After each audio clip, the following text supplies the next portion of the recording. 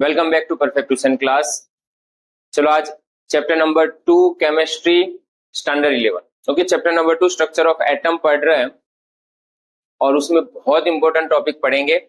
Last class में हमने Bohr's theory से रिलेटेड पढ़ा था और बोहर्स पोस्टुलेट्स, इवन बोहर्स का हाइड्रोजन के लिए एटॉमिक मॉडल क्या था वो भी पढ़ लिया हमने। आज जो टॉपिक पढ़ना है हमें वो कौन सा है? क्वांटम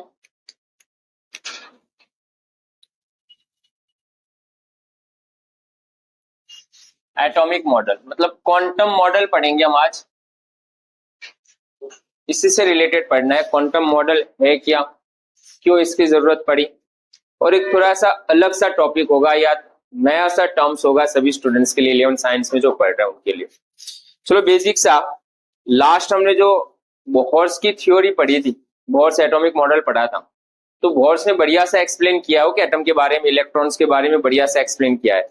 बोहर्स क्या समझा रहा है एटम के बारे में और इलेक्ट्रॉन्स के बारे में कि यस इलेक्ट्रॉन का रेडियस कितने रेडियस पर रिवॉल्व कर रहा है, इवन इलेक्ट्रॉन्स की एनर्जी कितनी होगी, वेलोसिटी कितनी होगी। लेकिन तब भी बोहर्स के मॉडल में कुछ ना कुछ लिमिटेशन तो रह गई थी। कौन सी लिमिटेशन थी? तो बोहर्स का एटॉमिक मॉडल सिर्फ किसके लिए एप्लीकेबल था? सिंगल इलेक्ट्रॉन स्पीसीज, मतलब हाइड्रोजन जैसे एलिमेंट्स के लिए ही एप्लीकेबल है जिसमें एक ही इलेक्ट्रॉन रिवॉल्व कर रहा है। अब मान लो जिसमें एक से ज्यादा इलेक्ट्रॉन्स है तो उसके लिए क्या? दूसरे नंबर पर बोहर्स जीमैन इफेक्ट और स्टार्क इफेक्ट उसे भी नहीं समझा पा रहा था। जीमैन इफेक्ट और स्टार्क इफेक्ट क्या थी? जब एमिशन स्पेक्ट्रम बन रहे थे, जब प्रिज्म में से लाइट पास हो रहा है तो 7 अलग अलग स्पेक्ट्रम बन रहे थे, एमिशन स्पेक्ट्रम बोल रहे थे। लेकिन जीमैन और स्टार्क ने तो क्या किया, high magnetic field and electric field जब अप्लाई किया तो वो जो एमिशन थे, स्पेक्ट्रम थे, वो भी स्प्लिट हो रहे थे। तो जीमैन इफेक्ट और स्टार्क इफेक्ट उसे सही से एक्सप्लेन भी नहीं कर पाया। जीमैन इफेक्ट और स्टार्क इफेक्ट थोड़ा समझने की कोशिश करना, क्या होता है। ये हाइड्रोजन गैस है, ओके, प्रिज्म में से पास कर रहे हैं हम लाइट, तो यहां से लाइट पास करेंगे तो क्या होगा, अलग अलग हमें स्पेक्ट्रम मिल रहे थे। ओके, यहां से हमें अलग अलग स्पेक्ट्रम मिले थे जिसे हम क्या बोल रहे थे, एमिशन स्पेक्ट्रम बोल रहे थे।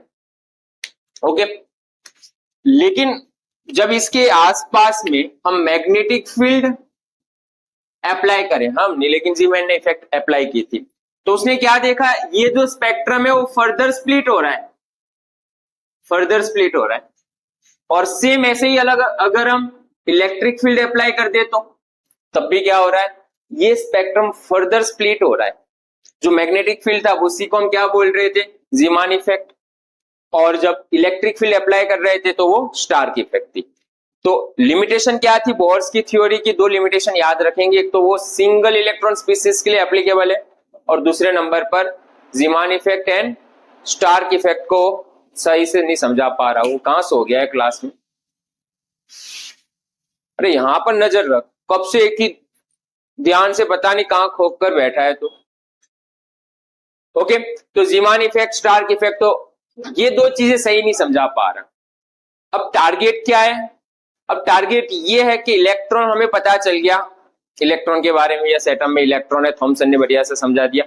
उसके बाद जब आगे बढ़ रहे हैं तो इलेक्ट्रॉन रिवॉल्व कर रहा है वो भी समझ में आ गया, हमें कितने रेडियस पर रिवॉल्व कर रहा है वो भी समझ में आ गया। लेकिन अब हमारा टारगेट ये है कि इलेक्ट्रॉन की पोजीशन फाइंड करनी है हमें, कि इलेक्ट्रॉन हमें पता है कि ऑर्बिट में रिवॉल्व कर रहा है, क्योंकि ऑर्बिट तो एक पाथ है जहां पर इलेक्ट्रॉन रिवॉल्व कर रहा है। लेकिन अगर मुझे एग्जैक्ट पोजीशन और वो निकालना है उसके बारे में, इलेक्ट्रॉन्स के बारे में, तो क्या होगा? तो उसी के लिए क्वांटम मॉडल आएगा वापस। अब क्वांटम मॉडल आए, उसे उसके बीच में एक बढ़िया सी डिस्कवरी हुई थी। वो डिस्कवरी क्या थी वो समझने की कोशिश करेंगे हम। जैसे प्लैंक्स क्वांटम थ्योरी थी, तो प्लैंक्स क्वांटम थ्योरी क्या समझा रहा था, याद करो। प्लैंक्स क्वांटम थ्योरी, कोई भी रेडिएशन है तो रेडिएशन जिसमें 2 नेचर होते हैं, कौन सा नेचर? एक तो वो छोटे छोटे पार्टिकल्स के अंदर होता है, और दूसरा कौन सा नेचर होगा उसमें? Wave nature. इसे हम क्या बोल रहे थे, फोटोन बोल रहे थे या तो क्वांटम बोल रहे थे। और उसमें दूसरा कौन सा नेचर है? एक तो पार्टिकल नेचर होता है और वेव नेचर होता है, जब कोई भी रेडिएशन प्रोपोगेट करेगी तब। तो प्लैंक्स क्वांटम थ्योरी के अंदर हमने ये पढ़ा था। ओके, अब इसी से रिलेटेड थोड़ा आगे चलते हैं। अब इससे उल्टा जाएंगे। ओके, ये रेडिएशन के लिए था, रेडिएशन में ड्यूअल नेचर होता है, यहां पर भी हमें ड्यूअल नेचर पढ़ना है, लेकिन किसके लिए? कोई पार्टिकल के लिए पढ़ने वाले। जब कोई भी पार्टिकल, ओके, कोई पार्टिकल है मान लो, और कैसा पार्टिकल है वो? मूविंग पार्टिकल है। सिंपल सा एग्जांपल ले लो, बॉल है और बॉल को तुम फेंक रहे हो, तो तुम्हें क्या लग रहा है, बॉल स्ट्रेट डायरेक्शन में जा रहा है या वेव फॉर्म में आगे बढ़ता है? तो हम बॉल को अगर ध्यान से देखें तो हमें तो यही लग रहा है कि बॉल स्ट्रेट ही जा रहा है, लेकिन और फोकस करके अगर देखें हम उसे, तो बॉल कैसे आगे बढ़ता है, प्रोपोगेट कैसे होता है? वेव फॉर्म में ही आगे बढ़ता है। तो यहां पर वही चीज है कि कोई भी मूविंग पार्टिकल जब आगे प्रोपोगेट होगा तो अपने आसपास में क्या प्रोड्यूस करता है? वेव प्रोड्यूस करता है। तो यहां पर मैटर पार्टिकल दो नेचर है यहां पर।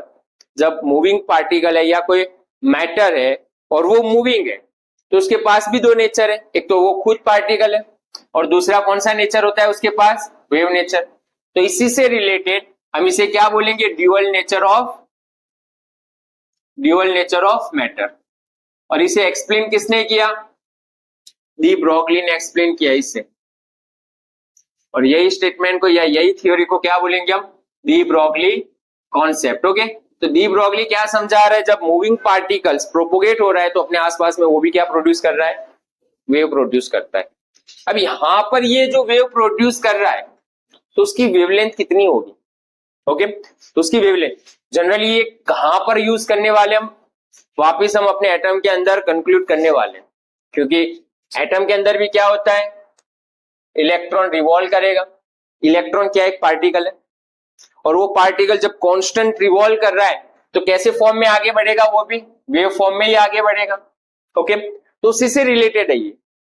तो यहां पर अब ये जो पार्टिकल आगे प्रोपोगेट हो रहा है वेव फॉर्म में, तो उसकी वेवलेंथ कितनी होगी? तो डी ब्रोगली क्या बता रहे हैं कि वेवलेंथ कितनी होगी उसकी? उसके मोमेंटम से इनवर्सली होगी। उसके मोमेंटम से इनवर्सली। मोमेंटम क्या है? ये पार्टिकल, उसका मास और उसकी वेलोसिटी। कोई पार्टिकल जिसका x मास है, m मास मान लो, और v वेलोसिटी से प्रोपोगेट हो रहा है, तो उसकी वेवलेंथ हम फाइंड कर सकते हैं। तो यहां पर p क्या है? मोमेंटम है, और मोमेंटम किसके इक्वल होगा? Mass into velocity. ओके, तो lambda is equal to constant कौन सा आएगा यहां पर? Planck constant. ओके, तो लैम्डा इज इक्वल टू क्या बनेगा? फॉर्मूला अपना h बाय mv। तो ये फॉर्मूला किसके लिए है? जब कोई मूविंग पार्टिकल्स प्रोपोगेट हो रहा है और अपने आसपास में जो वेव प्रोड्यूस कर रहा है, वो वेव्स की तुम वेवलेंथ निकाल सकते हो। ओके, पॉइंट समझना यहां पर। अब यहां से एक स्टेटमेंट समझने की कोशिश करना, अगर वेलोसिटी ज्यादा होगी, कोई पार्टिकल मूव कर रहा है, तो अगर उसकी वेलोसिटी बहुत ज्यादा है तो वेवलेंथ कैसी होगी? बहुत कम होगी। दूसरा, अगर उसका मास बहुत ज्यादा है तो वेवलेंथ क्या होगी? तो एक खास स्टेटमेंट समझने की कोशिश करना है यहां पर। वेवलेंथ क्या होती है? मास ऑफ पार्टिकल से क्या होगी? इनवर्सली होती है। मास ऑफ पार्टिकल से क्या होगी? इनवर्स। इसका मतलब क्या हुआ? अगर मैं बॉल जैसे, या तो एरोप्लेन ले लो, एरोप्लेन आगे जा रहा है तो क्या लग रहा है तुम्हें? क्या वो वेव है? एरोप्लेन अगर मूव कर रहा है, स्पीड से मूव कर रहा है, फास्ट भी है, स्पीड भी बढ़िया है उसके पास, तो क्या वो वेव फॉर्म में आगे बढ़ रहा है? यस, वेव फॉर्म में आगे बढ़ रहा है, लेकिन उसकी वेवलेंथ नेग्लिजिबल, इनसिग्निफिकेंट है। इवन बॉल जब हम फेंक रहे हैं तो बॉल भी क्या, एकदम स्पीड से फेंको बॉल, तो क्या लगेगा तुम्हें? स्ट्रेट ही जा रहा है, लेकिन उसमें क्या वेव होंगे? यस, उसमें भी वेव है। यही तो समझा रहा है ये थ्योरी। लेकिन दो चीजें समझना, अगर ऑब्जेक्ट बहुत बड़ा है, मतलब मैक्रोस्कोपिक ऑब्जेक्ट है, ऑब्जेक्ट कैसा है? मैक्रोस्कोपिक, लार्जर साइज है, जैसे कि बॉल है, एरोप्लेन है, और वो मूव कर रहा है, तब उसमें प्रोड्यूस होने वाली वेवलेंथ इनसिग्निफिकेंट है, बहुत कम आएगी। इवन तुम 100 ग्राम का बॉल ले लो, 100 ग्राम का बॉल मान लो 100 मीटर पर सेकंड की स्पीड से ट्रैवल कर रहा है, तब उसके आसपास में कितनी वेवलेंथ कितनी होगी? तो अगर वो कैलकुलेट करने जाओ तो वेवलेंथ बहुत ही कम आएगी, और उसे हम क्या बोलेंगे? इनसिग्निफिकेंट है, उसका कोई इंपॉर्टेंस भी नहीं रहेगा कैलकुलेट करने से। तो मैक्रोस्कोपिक ऑब्जेक्ट के लिए क्या होगा? जिसका मास भी ज्यादा होगा, तो उसके लिए वैल्यू क्या होगी? Wavelength insignificant. Okay, no doubt उसके लिए कैलकुलेट तुम कर सकते हो, लेकिन वैल्यू कैसे आएगी, बहुत नेग्लिजिबल होगी, इनसिग्निफिकेंट होगी। हमारा टारगेट किसके लिए, माइक्रोस्कोपिक ऑब्जेक्ट। और कैसे माइक्रोस्कोपिक ऑब्जेक्ट, लाइक इलेक्ट्रॉन। जब इलेक्ट्रॉन रिवॉल्व कर रहा है, मास कितना है, बहुत कम है उसका, है ना, मास बहुत कम है, तो अपने आसपास में क्या प्रोड्यूस कर रहा है, वो वेव प्रोड्यूस तो करेगा ही करेगा, तो वेवलेंथ क्या आएगी उसकी, ज्यादा आएगी। अगर मास कम है तो वेवलेंथ क्या होगी, ज्यादा होगी। तो अगर उस वक्त हम वेवलेंथ कैलकुलेट करें तो उसकी वैल्यू क्या होगी, सिग्निफिकेंट होगी, मतलब उसका कोई ना कोई वैल्यू तो रह रही है उसकी, तो वो कैलकुलेट कर सकते हैं। नो डाउट कैलकुलेट हम डी ब्रोगली कॉन्सेप्ट दोनों के लिए एप्लीकेबल है, ओके, मैक्रोस्कोपिक एंड माइक्रोस्कोपिक। लेकिन अपने पॉइंट ऑफ व्यू से ज्यादा फोकस कहां पर करने वाले हम, इलेक्ट्रॉन के लिए करेंगे। तो ये थी डी ब्रोगली कॉन्सेप्ट, बहुत ही बेसिक सा है, कुछ भी नहीं है। कोई मूविंग पार्टिकल से जब प्रोपोगेट हो रहा है, ओके, स्पीड से फास्ट मूव कर रहा है, तो अपने आसपास में वेव प्रोड्यूस कर रहा है, मतलब मैटर में भी ड्यूअल नेचर है, एक कौन सा पार्टिकल नेचर है और दूसरा कौन सा नेचर है, वेव नेचर है। Particle nature and wave nature. अब उसी से रिलेटेड जब हम फॉर्मूला देखेंगे डी ब्रोगली का, तो उसने क्या समझाया, जो वेवलेंथ प्रोड्यूस हो रही है वो मोमेंटम से क्या होगी, इनवर्सली होगी। मोमेंटम किसके बराबर होता है, m इंटू वी के बराबर होता है। तो अगर यहां पर हम lambda is equal to H by M V put कर रहे हैं, तो यहां से हमें एक कॉन्सेप्ट क्या समझ में आएगा, अगर ऑब्जेक्ट मैक्रोस्कोपिक है तो उसकी वेवलेंथ कैसी होगी, इनसिग्निफिकेंट आएगी। जबकि अगर माइक्रोस्कोपिक ऑब्जेक्ट होगा तो उसकी वेवलेंथ क्या होगी, सिग्निफिकेंट होगी। अब यही फॉर्मूला हम कंपेयर करेंगे प्लैंक्स क्वांटम थ्योरी और आइंस्टाइन के इक्वेशन से। अब उसी से इक्वेशन डिराइव करने वाले हम एक, तो इक्वेशन देखना क्या है, एक और इक्वेशन की जरूरत पड़ेगी जब न्यूमेरिकल सोल्व करेंगे तब हम। तो प्लैंक्स क्वांटम थ्योरी का फॉर्मूला क्या था, lambda is equal to H by lambda is equal to, अरे E is equal to photon की energy, energy of the one photon is equal to H by या एच म्यू, ओके, जिसे mu की जगह पर हम क्या लिखते थे, H C upon lambda, energy of one photon, okay. Einstein equation क्या है, is equal to M C square. जब हम दोनों इक्वेशन को कंपेयर करें, तो इक्वेशन को कंपेयर कर रहा है, ई कैंसिल कर रहा है, यहां पर सी एक बार कैंसिल कर लेते हैं, क्या रहा अपने पास, H by lambda is equal to M into C. तो लेमडा इज इक्वल टू क्या फॉर्मूला बना, लेमडा सामने जा रहा है तो एच बाय एम सी, जहां पर सी क्या है, देखो कंपेयर करो, इक्वेशन वही है, एच यस एच है, मास ऑफ ऑब्जेक्ट यस है, और यहां पर वेलोसिटी है, यहां पर सी क्या है, रेडिएशन की स्पीड ऑफ लाइट, या तो रेडिएशन की स्पीड, तो दोनों एक ही चीज है, यहां पर वेलोसिटी ले रहे हैं हम ऑब्जेक्ट के लिए, ओके। तो दोनों फॉर्मूला यस कंपेयर हो रहे। इससे एक और चीज आगे, अगर मान लो ये फॉर्मूला हम अप्लाई कर रहे हैं इलेक्ट्रॉन के लिए, तो क्या वो परफेक्ट है, क्या वेवलेंथ परफेक्ट आ रही है, तो यस, डेविसन और जर्मन ये दोनों ने अपने अलग एक्सपेरिमेंट से क्या निकाला, जब इलेक्ट्रॉन या माइक्रोस्कोपिक ऑब्जेक्ट रिवॉल्व करते हैं तो उसकी वेवलेंथ निकाली, डेविडसन एंड जर्मन ने, और फिर वही वैल्यू उन्होंने क्या किया, ये वाले फॉर्मूला को यूज करके कैलकुलेट की, तो दोनों की वैल्यू उन्हें क्या मिली, ऑलमोस्ट इक्वल मिली, मतलब ये फॉर्मूला क्या है, राइट है डी ब्रोगली का, ओके।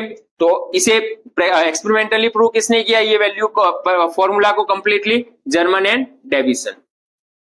अब डेविसन एंड जर्मन के एक्सपेरिमेंट हमें नहीं पढ़ने यहां पर, ओके, सिर्फ एक स्टेटमेंट लिखा हुआ एनसीईआरटी में, तो देख लेते हैं कि Davisson and German prove this concept या दिस फॉर्मूला। तो कैसे प्रूव किया था, उन्होंने भी कोई माइक्रोस्कोपिक ऑब्जेक्ट की वेवलेंथ निकाली, अलग टेक्निक से, अलग एक्सपेरिमेंट से, और वही वैल्यू को ये वाले फॉर्मूला से अप्लाई किया, और दोनों वैल्यू क्या थी, एग्जैक्ट थी। तो यस, ये फॉर्मूला एप्लीकेबल है। तो यहां पर हम कौन सा कॉन्सेप्ट पढ़ रहे थे, डी ब्रोगली कॉन्सेप्ट पढ़ रहे थे। डी ब्रोगली कॉन्सेप्ट क्या है, ड्यूअल नेचर ऑफ मैटर। दो नेचर कौन से, एक तो पार्टिकल नेचर है और दूसरा कौन सा नेचर है, वेव नेचर है, ओके। तो ये क्वांटम मॉडल से पहली थ्योरी थी एक, डी ब्रोगली कॉन्सेप्ट। अब इसी से रिलेटेड एक और थ्योरी हम आगे पढ़ने वाले हैं दूसरे नंबर पर, वो कौन सी है,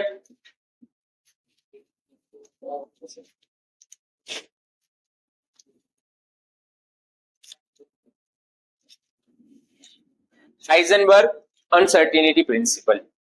लेकिन उससे उसकी भी जरूरत क्यों पड़ी, हाइजेनबर्ग अनसर्टेनिटी प्रिंसिपल क्या है वो समझने की कोशिश करना। सिंपल सा एक चीज यहां से क्लियर हुआ था कि दो ड्यूअल नेचर होते हैं मैटर के पास, एक कौन सा, पार्टिकल नेचर और दूसरा वेव नेचर।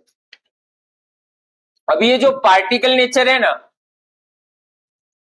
उसे कैसे स्टडी कर सकते हैं हम। पार्टिकल मतलब कोई भी ऑब्जेक्ट ले लो, बॉल ले लो, तुम कोई भी ऑब्जेक्ट ले लो, कि उसकी स्पीड कितनी है, क्या है, उसे समझने के लिए हमें पता है दीवार पर अगर बॉल मारेंगे तो क्या होगा, वापिस टकरा कर आ ही रहा है। कौन बता रहा है वो, बढ़िया सा न्यूटन्स के लॉ बता रहे हैं। ओके, तो यहां पर पार्टिकल के नेचर को स्टडी करने के लिए एक मैकेनिक्स है फिजिक्स में, कौन सा, क्लासिकल मैकेनिक्स बोलेंगे उसे।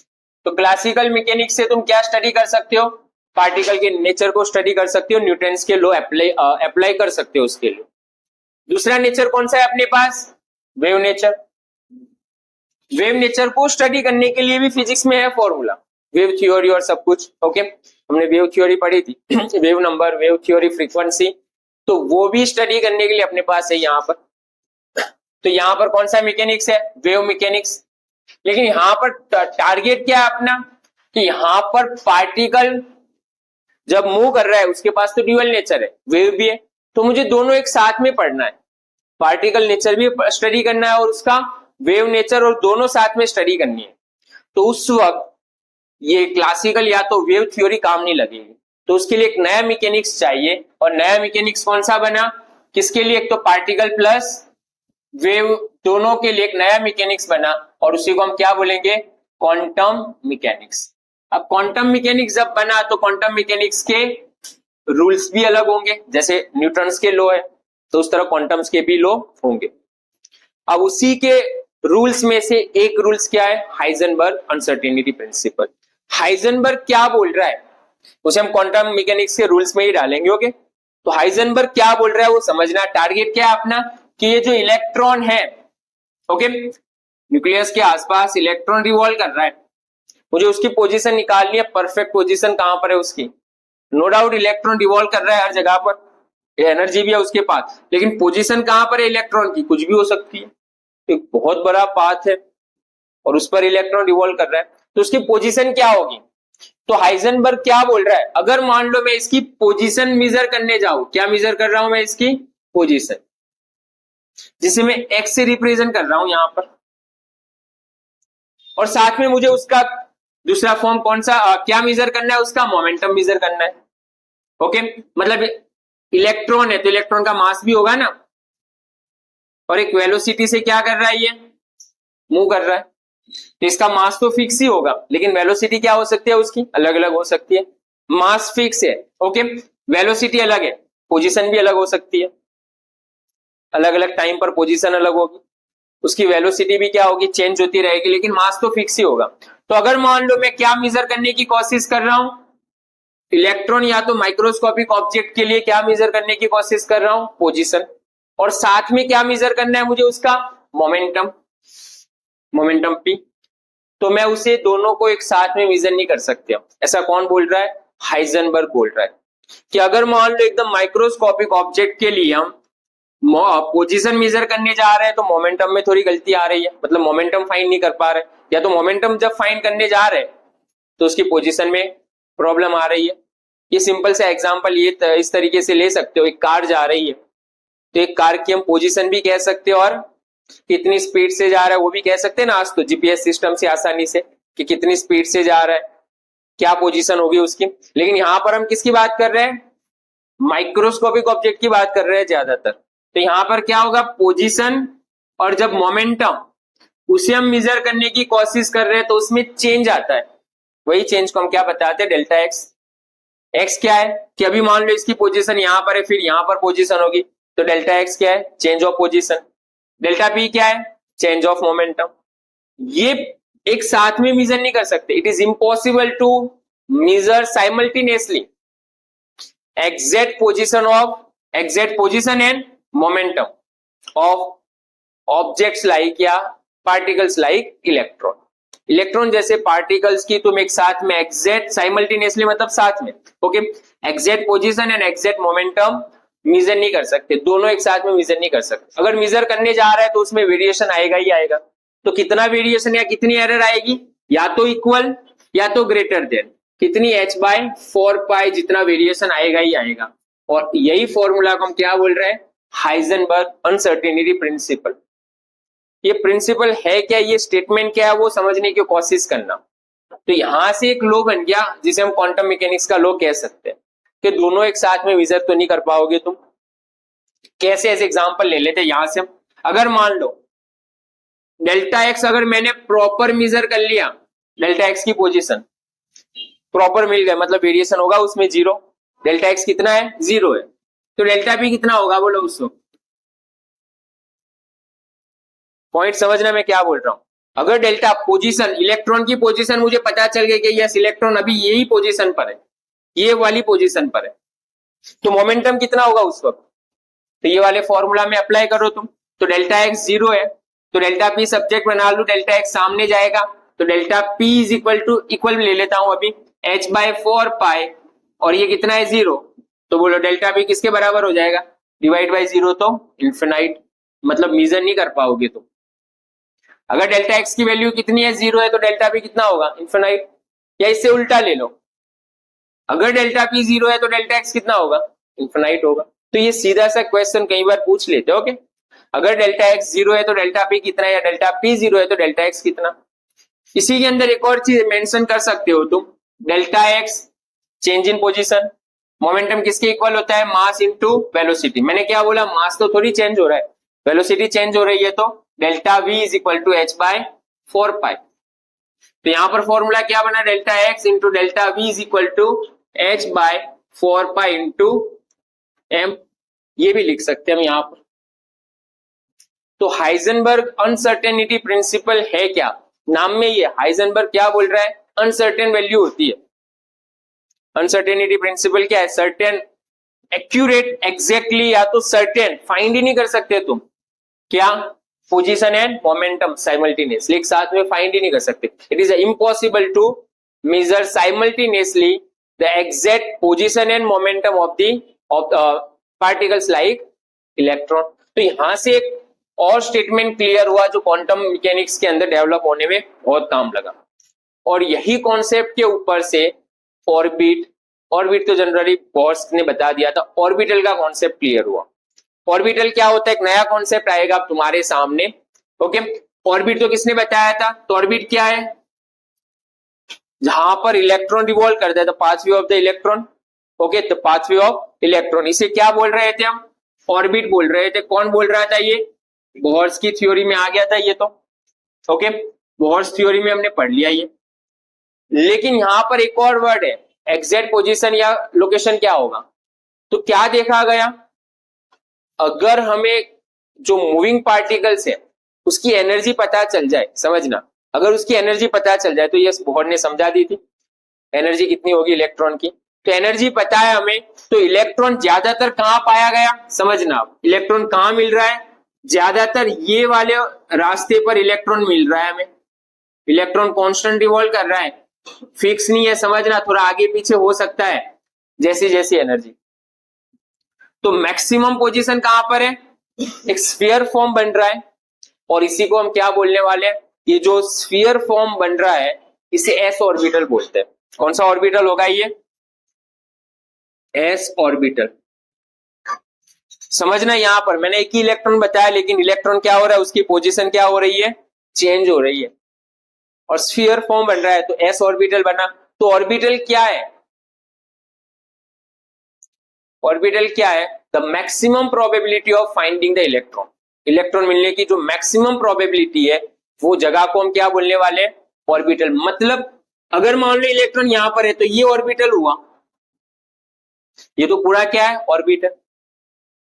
तो एस ऑर्बिटल का शेप भी डिसाइड हुआ फिर। तो क्वांटम मैकेनिक्स, और उसके बाद जब हम आगे पढ़ेंगे इससे रिलेटेड और थ्योरी नेक्स्ट, जहां पर एस पी डी एफ ये सारे ऑर्बिटल्स क्या होते हैं, वो सारी चीजें क्लियर होगी। लेकिन यहां से एक कॉन्सेप्ट तो समझ में आएगा। हाँ, इसके लिए हम ज्यादातर कौन सा वर्ड यूज करेंगे, इलेक्ट्रॉन की डेंसिटी मैक्सिमम कहां है। तो एस ऑर्बिटल में इलेक्ट्रॉन की डेंसिटी मैक्सिमम कहां पर मिलती है, स्फेरिकल शेप में मिलती है, स्फेरिकल फॉर्म में इलेक्ट्रॉन वहां पर रिवॉल्व कर रहा है। तो यहां से हमने क्वांटम मॉडल के अंदर दो मॉडल पढ़े हमने, एक डी ब्रोगली कॉन्सेप्ट और दूसरा हाइजेनबर्ग अनसर्टेनिटी प्रिंसिपल, और दोनों के सिंपल से फॉर्मूला याद होने चाहिए। अब टेक्स्ट बुक न्यूमेरिकल तुम्हें सॉल्व करने हैं तो इतने फॉर्मूला याद होंगे तब भी चलेगा। Lambda is equal to H by M V, ये फॉर्मूला दी ब्रोगली कॉन्सेप्ट के लिए यूज करोगे, और हाइजेनबर्ग अनसर्टेनिटी के लिए ये वाला फॉर्मूला यूज करो, और इससे रिलेटेड तुम कोई भी न्यूमेरिकल आसानी से सॉल्व कर पाओगे। ओके, तो था बेसिक कॉन्सेप्ट ये क्वांटम मॉडल। इसी से रिलेटेड न्यूमेरिकल्स देखेंगे हम। पहले जो लिखना बाकी था वो लिख लेना। ओके, यहां से स्क्रीनशॉट लेकर। कितना क्लास हुआ? चलो, de Broglie and Heisenberg uncertainty quantum model से रिलेटेड जो न्यूमेरिकल्स है, प्रॉब्लम्स है, वो देख लेते हैं। टेक्स्ट बुक के अंदर प्रॉब्लम 2.12। ओके,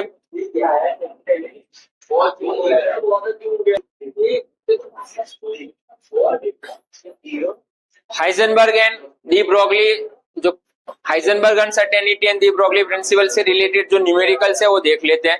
और पहले जो टेक्स्ट बुक के अंदर प्रॉब्लम है ना, वो सबसे पहले सॉल्व करो। नीट और जी के लिए डायरेक्टली एमसीक्यू यहां से बनते हैं, और क्वेश्चन ना भी बने मान लो तो सिर्फ वैल्यू चेंज हो सकती है।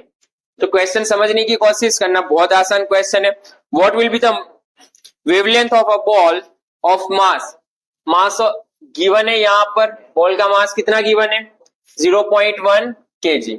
ओके, नेक्स्ट उसके बाद आगे, moving with a velocity of 10 metre per second. Velocity कितनी है? 10 मीटर पर सेकंड। फाइन क्या करना है?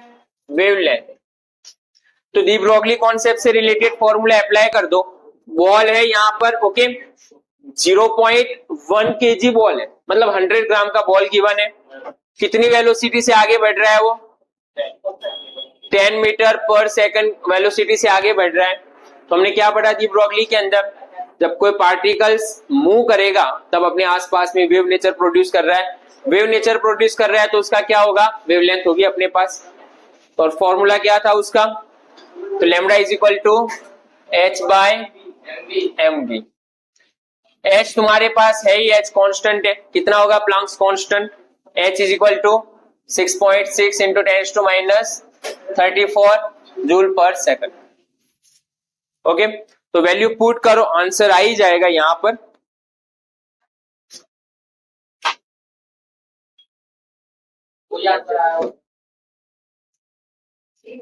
Joule into second. Lambda is equal to data put करो, एच ये पुट करो, मास जो गिवन है केजी में तो वही पुट करना है तुम्हें। हाँ, कई बार अगर क्वेश्चन चेंज करना हो थोड़ा तो किलोग्राम को ग्राम में कन्वर्ट कर दे, मिलीग्राम में कन्वर्ट कर दे। तो एमकेएस और सीजीएस सबको पता होगा, जनरली बेसिक रूल से हो तो उसके हिसाब से इसे कन्वर्ट करके पुट करना है। ओके, तो एच पुट करो, मास पुट करो, वेलोसिटी पुट करो, आंसर मिल जाएगा तुम्हें। आंसर किस में आएगा? मीटर में। तो बहुत ही सिंपल सा क्वेश्चन है, आसानी से सॉल्व कर लोगे। चलो उसके बाद सेकंड क्वेश्चन जो है 2.13, प्रॉब्लम 2.13, क्या क्या गिवन है और क्या फाइंड आउट करना है वो ध्यान से देखना। ये बढ़िया क्वेश्चन है थोड़ा। The mass of electron is, चलो मास ऑफ इलेक्ट्रॉन कितना गिवन है यहां पर?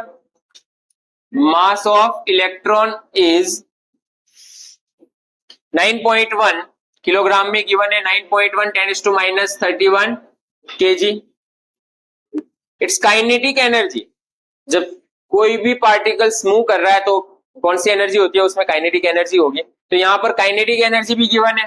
The kinetic energy of its 3 into 10⁻25 joule. Calculates it's wavelength. क्या कैलकुलेट करना है तुम्हें? उसकी वेवलेंथ कैलकुलेट करनी है। अब देखना, डेटा सीधे सीधे गिवन नहीं है। ये मैक्रोस्कोपिक ऑब्जेक्ट के लिए था, अब इलेक्ट्रॉन गिवन है तो माइक्रोस्कोपिक ऑब्जेक्ट के लिए। प्रिंसिपल तो वही लगेगा दी ब्रोगली, ओके, कॉन्सेप्ट तो वही है। तो दी ब्रोगली रिलेटेड फॉर्मूला याद करो। क्या फॉर्मूला है? Lambda is equal to H by M B. Okay, यही फॉर्मूला है। और तुम्हें फाइंड आउट क्या करना है? लैम्बडा ही फाइंड आउट करना है। एच तुम्हारे पास है, यस है। मास ऑफ इलेक्ट्रॉन तुम्हारे पास है, गिवन है। वेलोसिटी गिवन नहीं है। अब वेलोसिटी कहां से निकालोगे बोलो? तो यस, वेलोसिटी की जगह पर क्या गिवन है? यहां पर काइनेटिक एनर्जी गिवन है।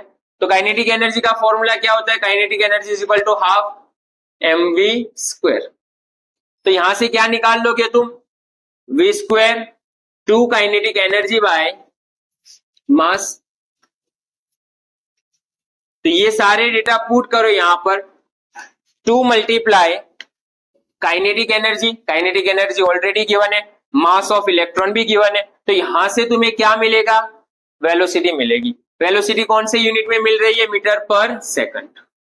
यहां से जो वेलोसिटी मिली तुम्हें वो डायरेक्टली तुम यहां पर पुट कर दो। ओके, तो सीधा सा आंसर है, कुछ भी रट्टेबाजी कुछ भी नहीं करना, कोई एक्स्ट्रा फॉर्मूला भी याद मत करोगे, जो बेसिक फॉर्मूला याद है ना उसी के हिसाब से जाओ। जनरली ये फॉर्मूला डी ब्रोगली का हमें पता ही है। काइनेटिक एनर्जी का फॉर्मूला तुमने फिजिक्स में भी पढ़ा होगा, kinetic energy is equal to half mv²। तो यहां से क्या फाइंड करना है, ये रेट अननोन क्वांटिटी थी, हमने यहां पर काइनेटिक एनर्जी गिवन है तो यहां से हमने फाइंड कर ली। तो बेसिक सा कैलकुलेशन है, यहां पर पुट करो डेटा, क्या फाइंड आउट करना है, क्वेश्चन मार्क करो, आंसर आ ही जाएगा। तो पहले ये दोनों प्रॉब्लम लिख लो। चलो नेक्स्ट क्वेश्चन 2.14। क्वेश्चन क्या है, calculate the mass of the photon which wavelength 3.6 angstrom. Wavelength given है 2.14 है, वेवलेंथ कितनी है 3.6 एंगस्ट्रॉम वेवलेंथ गिवन है यहां पर। और फाइंड आउट क्या करना है तुम्हें, calculate the mass of photon. Mass of photon calculate करना है। क्वेश्चन देखना क्या है, डी ब्रोगली का ही कॉन्सेप्ट है। डी ब्रोगली क्या बोल रहा है, प्लैंक्स क्या बोल रहा था, जो भी रेडिएशन है जब वो प्रोपोगेट करती है तो उसमें दो नेचर होते हैं, एक तो क्या पार्टिकल्स फॉर्म में कौन होता है, फोटोन। तो ये कौन होता है, फोटोन। और ये फोटोन जब प्रोपोगेट होते हैं तो अपने आसपास में वेव प्रोड्यूस करेंगे जिसकी वेवलेंथ गिवन है यहां पर। तो ये जो फोटोन होता है, एक फोटोन, उसका मास कितना होगा वो पूछा है यहां पर। हमने एक फोटोन की एनर्जी कैलकुलेट की हुई है पहले, is equal to Planck's quantum theory जो अप्लाई की थी हमने, is equal to H mu, तो is equal to H C upon lambda. यहां पर मास पूछा है तुम्हें, फॉर्मूला तो वही आएगा, डी ब्रोगली कॉन्सेप्ट। कौन सा फॉर्मूला है, lambda is equal to H by mv। Okay, find out क्या करना है तुम्हें, देख लो ध्यान से, यहां पर मास फाइंड आउट करना है। वेलोसिटी कितनी लोगे बोलो, एस तो पता है ना, Planck's quantum constant. Mass find out करना है, वेलोसिटी कितनी लेनी है, रेडिएशन है, और रेडिएशन की वेलोसिटी या स्पीड ऑफ लाइट सबको पता है कितनी है, v इज इक्वल टू, या c लेते थे जनरली हम, v is equal to 3 into 10⁸ metre per second. m को सब्जेक्ट बना लो, h बाय, हाँ एंगस्ट्रॉम है ये। अगर हम स्पीड मीटर पर सेकंड ले रहे हैं तो एंगस्ट्रॉम को किस में कन्वर्ट कर देना, मीटर में। तो कितना लिखोगे यहाँ पर 10⁻10 मीटर लिख लोगे। तो बस डेटा पुट करना है तुम्हें, h की जगह पर कितना 6.6 into 10⁻34 by mass find out करना है लैम्बडा, तो 3.6 इंटू 10⁻10, वेलोसिटी 3 इंटू 10⁸, मास किस में मिलेगा तुम्हें, केजी में। कैलकुलेशन में खास ध्यान रखना, सबसे पहले पावर को एक तरफ कर देना, ओके। फिर दूसरा स्टेप तुम्हें बेसिक सा मल्टीप्लिकेशन एंड डिवीजन ही है। तो जो आंसर आ रहा है वो आंसर कमेंट कर देना यहाँ पर। तो डी ब्रोगली से रिलेटेड 3 प्रॉब्लम्स गिवन है यहाँ पर, वो खास सॉल्व करना, लिख लो पहले ये।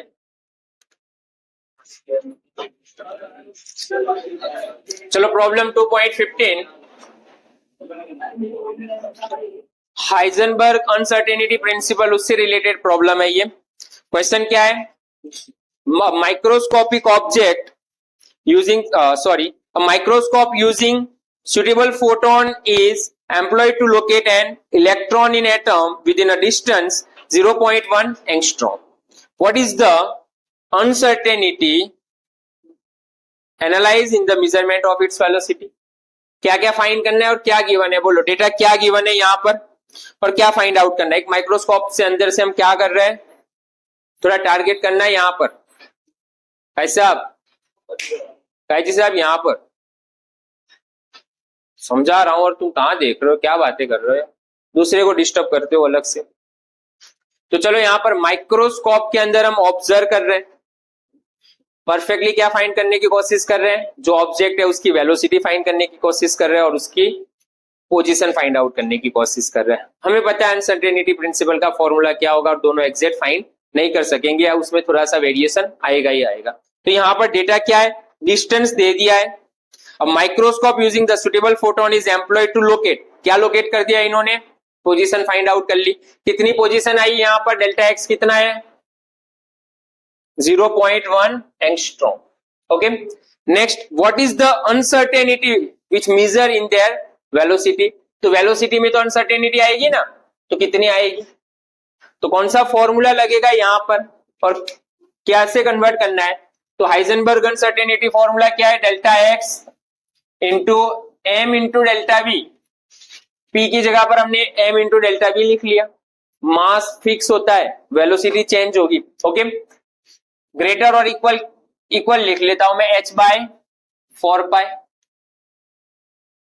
चलो डेल्टा वी को सब्जेक्ट बना लो, delta V is equal to h by delta X तो गिवन है यहां पर। ओके, तो डेल्टा एक्स मास भी हमें पता है इंटू 4 पाई, तो delta V is equal to कितना आएगा, यहां पर कैलकुलेशन करना है तुम्हें, मास किसका लेना है तुम्हें,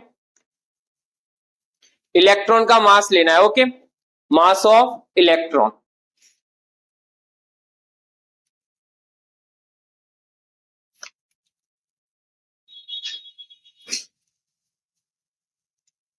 बस डेटा पुट करो, एच पता है तुम्हें, डेल्टा एक्स भी पता है, मास पता है, पाई वैल्यू भी सबको पता होगी। ओके, तो डेल्टा वी कितना आ रहा है यहाँ पर, जो वैल्यू आ रही है वो समझना, वो डेल्टा वी क्या है, अनसर्टेन वैल्यू होगी, इतना वेरिएशन आ रहा है, अनसर्टेनिटी बोलेंगे उसे हम, तो आसानी से फाइंड कर लोगे ये भी।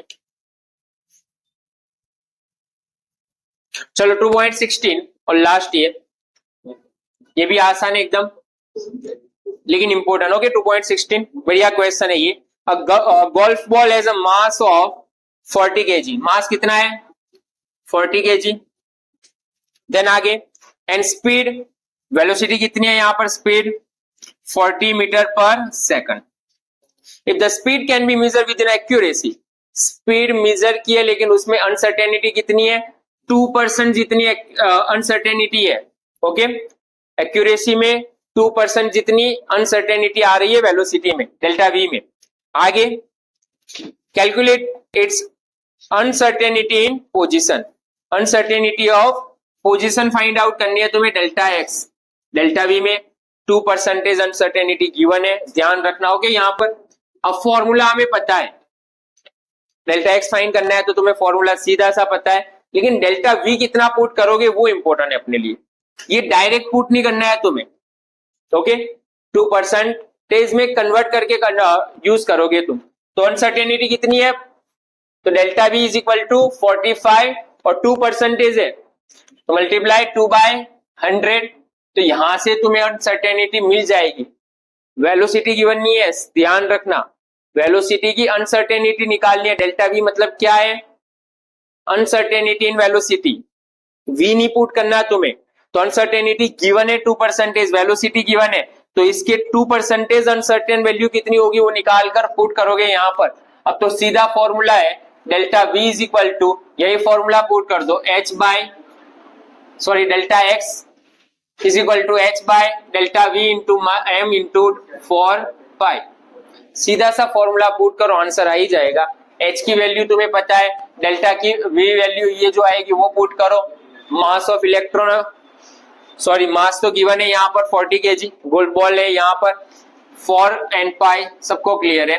तो delta x is equal to कितना आंसर आ रहा है वो देख लो, आंसर किस में आएगा यहाँ पर, मीटर, तो ये भी किस में होगा, मीटर में होगा आंसर, पोजीशन है तो